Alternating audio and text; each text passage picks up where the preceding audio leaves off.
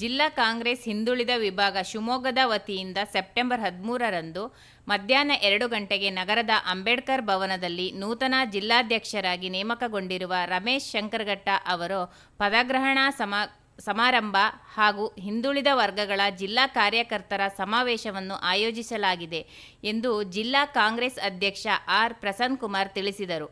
ಅವರು ಇಂದು ಪತ್ರಿಕಾಗೋಷ್ಠಿಯಲ್ಲಿ ಮಾತನಾಡಿ, ಹಿಂದುಳಿದ ವರ್ಗಗಳ ಒಗ್ಗೂಡಿ ಜಾಗೃತಿಪಡಿಸಲು ಕಾಂಗ್ರೆಸ್ ಪಕ್ಷದ ವರಿಷ್ಠ ರಾಹುಲ್ ಗಾಂಧಿಯವರು ದೇಶಾದ್ಯಂತ ಹಿಂದುಳಿದ ವರ್ಗಗಳ ಸಮಾವೇಶಗಳನ್ನು ಆಯೋಜಿಸಬೇಕೆಂದು ಕರೆ ನೀಡಿದ್ದು, ವಾಯ್ಸ್ ಆಫ್ ಒಬಿಸಿ ಅಡಿಯಲ್ಲಿ ರಾಜ್ಯದಲ್ಲಿ 100 ಸಮಾವೇಶಗಳನ್ನು ಜಿಲ್ಲಾ ಹಾಗೂ ತಾಲೂಕು ಮಟ್ಟದಲ್ಲಿ ಹಮ್ಮಿಕೊಳ್ಳಲಾಗುವುದು ಎಂದರು. ಈ ಸುದ್ದಿಗೋಷ್ಠಿಯಲ್ಲಿ ಪಕ್ಷದ ಮುಖಂಡರಾದ ಎಸ್.ಕೆ. ಮರಿಯಪ್ಪ, ಇಕ್ಕೇರಿ ರಮೇಶ್, ಉಮೇಶ್, ಎಸ್.ಪಿ. ಶೇಷಾದ್ರಿ, ಭಾಸ್ಕರ್, ವಿಶ್ವನಾಥ್ ಕಾಶಿ, ವಿನಯ್ ಶರತ್ ಮರಿಯಪ್ಪ, ಶಿವಣ್ಣ, ಡಿಸಿ ನಿರಂಜನ್, ಜಿಡಿ ಮಂಜುನಾಥ್ ಇದ್ದರು.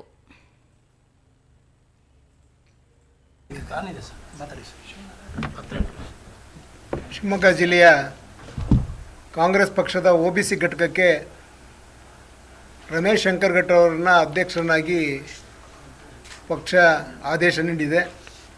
ಅದರ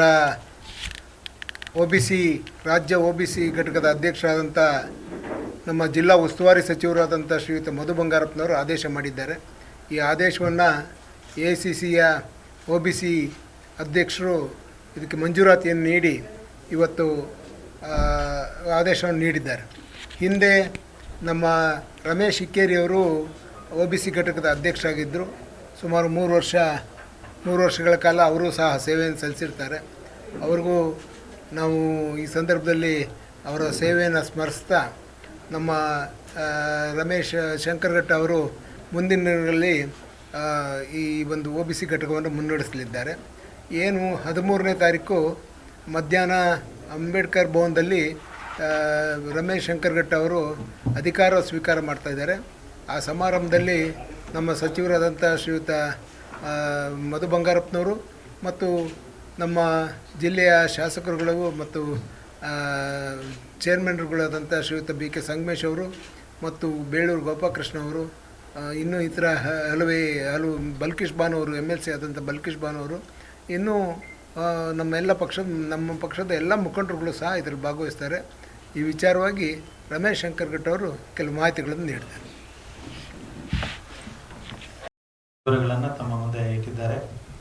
ಇದೇ ನಾನು ಮೊದಲಿಗೆ ನನ್ನನ್ನು ಹಿಂದುಳಿದ ವರ್ಗದ ಅಧ್ಯಕ್ಷರಾಗಿ ನೇಮಿಸಿದ್ದಕ್ಕಾಗಿ ಈ ರಾಜ್ಯದ ಸನ್ಮಾನ್ಯ ಮುಖ್ಯಮಂತ್ರಿಗಳಾದಂಥ ಸಿದ್ದರಾಮಯ್ಯ ಸಾರ್ ಅವರಿಗೂ ಹಾಗೂ ಉಪಮುಖ್ಯಮಂತ್ರಿಗಳಾದಂಥ ಮತ್ತು KPCC ಅಧ್ಯಕ್ಷರಾದಂಥ DK ಶಿವಕುಮಾರ್ ಸಾಹೇಬರಿಗೂ, ಹಾಗೆಯೇ ನಮ್ಮ ಜಿಲ್ಲಾ ಉಸ್ತುವಾರಿ ಸಚಿವರು ಹಾಗೂ ರಾಜ್ಯ ಒಬಿಸಿ ಘಟಕದ ಅಧ್ಯಕ್ಷರಾದಂಥ ಸನ್ಮಾನ್ಯ ಶ್ರೀ ಮಧು ಬಂಗಾರಪ್ಪ ಸಾಹೇಬರಿಗೂ ಹಾಗೂ ನಮ್ಮ ಜಿಲ್ಲಾ ಅಧ್ಯಕ್ಷರಾದಂಥ ಸನ್ಮಾನ್ಯ ಶ್ರೀ ಆರ್ ಪ್ರಸನ್ನಕುಮಾರ್ ಅವರಿಗೂ ವಿಶೇಷವಾದ ಧನ್ಯವಾದಗಳನ್ನು ನಾನು ಈ ಸಂದರ್ಭದಲ್ಲಿ ನನ್ನ ನೇಮಕಾತಿಗಾಗಿ ಕೃತಜ್ಞತೆಯನ್ನು ಸಲ್ಲಿಸ್ತೇನೆ.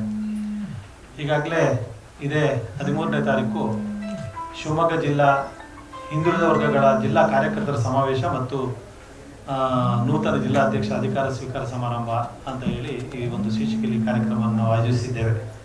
ಅವತ್ತು ನಾನು ಅಧಿಕೃತವಾಗಿ ಈ ಹಿಂದೆ ನಿಕಟಪೂರ್ವ ಅಧ್ಯಕ್ಷರಾಗಿದ್ದಂಥ ರಮೇಶ್ ಇಕ್ಕೇರಿ ಅವರಿಂದ ಮಾನ್ಯ ಜಿಲ್ಲಾ ಅಧ್ಯಕ್ಷರ ಅಧ್ಯಕ್ಷತೆಯಲ್ಲಿ ಅವರ ಸಮ್ಮುಖದಲ್ಲಿ ನಾನು ಅಧಿಕಾರವನ್ನು ಸ್ವೀಕಾರ ಮಾಡ್ತಕ್ಕಂಥ ಒಂದು ಕಾರ್ಯಕ್ರಮ ಇದೆ.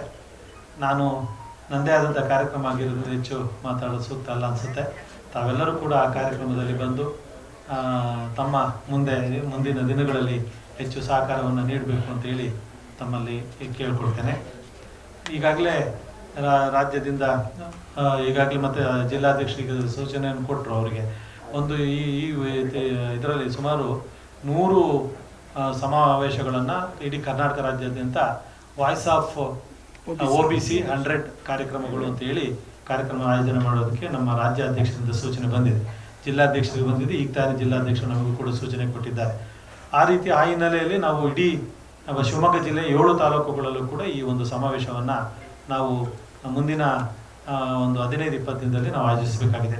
ಇದು ಬಹಳ ಮುಖ್ಯ ಉದ್ದೇಶ ಅಂತ ಅಂದರೆ, ಒಂದು ನಮ್ಮ ಕೇಂದ್ರದ ನಾಯಕರಾದಂಥ ರಾಹುಲ್ ಗಾಂಧಿಯವರ ಒಂದು ಸ್ಪಷ್ಟವಾದಂಥ ಒಂದು ಕಲ್ಪನೆ ಏನು ಅಂತಂದರೆ ಹಿಂದುಳಿದ ವರ್ಗದವ್ರನ್ನ ಎಲ್ಲರನ್ನು ಒಗ್ಗೂಡಿಸ್ಬೇಕು, ಅವರಲ್ಲಿ ಜಾಗೃತಿಯನ್ನು ಮೂಡಿಸ್ಬೇಕು ಅಂತಕ್ಕಂಥ ಒಂದು ದೊಡ್ಡ ಆಕಾಂಕ್ಷೆಯನ್ನು ಇಟ್ಕೊಂಡು ಅವರು ಇಡೀ ರಾಷ್ಟ್ರಾದ್ಯಂತ ಇದನ್ನು ನಮ್ಮ ಏನು ಹಿಂದುಳಿದ ವರ್ಗವನ್ನು ನಮ್ಮ ಪಕ್ಷದ ಅಡಿಗೆ ಗಟ್ಟಿಗೊಳಿಸ್ಕೊಳ್ಬೇಕು, ಸೆಳಿಬೇಕು ಅಂತೇಳಿ ಅವ್ರ ಸಮಸ್ಯೆ ಬಗ್ಗೆ ಬೆಳಕು ಚೆಲ್ತಕ್ಕಂಥ ಕಾರ್ಯವನ್ನು ಮಾಡ್ತಿದ್ದಾರೆ.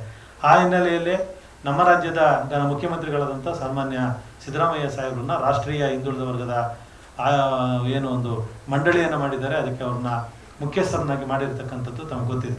ಹಾಗಾಗಿ ಇಡೀ ದೇಶಾದ್ಯಂತ ಈ ಏನು ಹಿಂದುಳಿದ ವರ್ಗದನ್ನು ಒಗ್ಗೂಡಿಸ್ತಕ್ಕಂಥ ಒಂದು ಕಾರ್ಯಕ್ರಮದ ಒಂದು ಸೂಚನೆ ಇದೆ, ನಮ್ಮ ಕೇಂದ್ರದ ಸೂಚನೆ, ನಮ್ಮ ನಾಯಕರ ಸೂಚನೆ. ಆ ಹಿನ್ನೆಲೆಯಲ್ಲಿ ನಾವು ಇನ್ನು ಒಂದು ತಿಂಗಳಲ್ಲಿ ನಮ್ಮ ಜಿಲ್ಲಾ ಅಧ್ಯಕ್ಷರ ಒಂದು ಉಸ್ತುವಾರಿಯಲ್ಲಿ ಎಲ್ಲ 7 ತಾಲೂಕುಗಳಲ್ಲೂ ಸಮಾವೇಶ ನಡೆಸ್ತಕ್ಕಂಥ ಉದ್ದೇಶವನ್ನು ಇಟ್ಕೊಂಡಿದ್ದೇವೆ. ಅದರ ಎಲ್ಲ ಉದ್ದೇಶವನ್ನು ಮುಂದಿನ ದಿನಗಳಲ್ಲಿ ಮತ್ತೊಮ್ಮೆ ಪತ್ರಿಕಾಗೋಷ್ಠಿಯನ್ನು ಕರೆದು ತಮಗೆ ತಿಳಿಸ್ತೇವೆ. ಹಾಗಾಗಿ ತಾವೆಲ್ಲರೂ ಕೂಡ ಅವತ್ತಿನ ಆ ಕಾರ್ಯಕ್ರಮಕ್ಕೆ ಬರಬೇಕು ಅಂತೇಳಿ ಇವತ್ತಿನ ಪತ್ರಿಕಾಗೋಷ್ಠಿಗೆ ಬಂದಿರತಕ್ಕಂಥ ಎಲ್ಲ ಪತ್ರಿಕಾ ಮಾಧ್ಯಮದ ಮಿತ್ರರಿಗೂ, ದೃಶ್ಯ ಮಾಧ್ಯಮದ ಮಿತ್ರರಿಗೂ, ಸೋಷಿಯಲ್ ಮೀಡಿಯಾದ ಮಿತ್ರರಿಗೂ ಹಾಗೂ ವೇದಿಕೆ ಮೇಲಿರ್ತಕ್ಕಂಥ ನನ್ನೆಲ್ಲ ನಾಯಕರುಗಳಿಗೂ ಕೂಡ ಕೃತಜ್ಞತೆಯನ್ನು ಅರ್ಪಿಸಿ ನನ್ನ ಮಾತನ್ನು ಮುಗಿಸ್ತೇನೆ.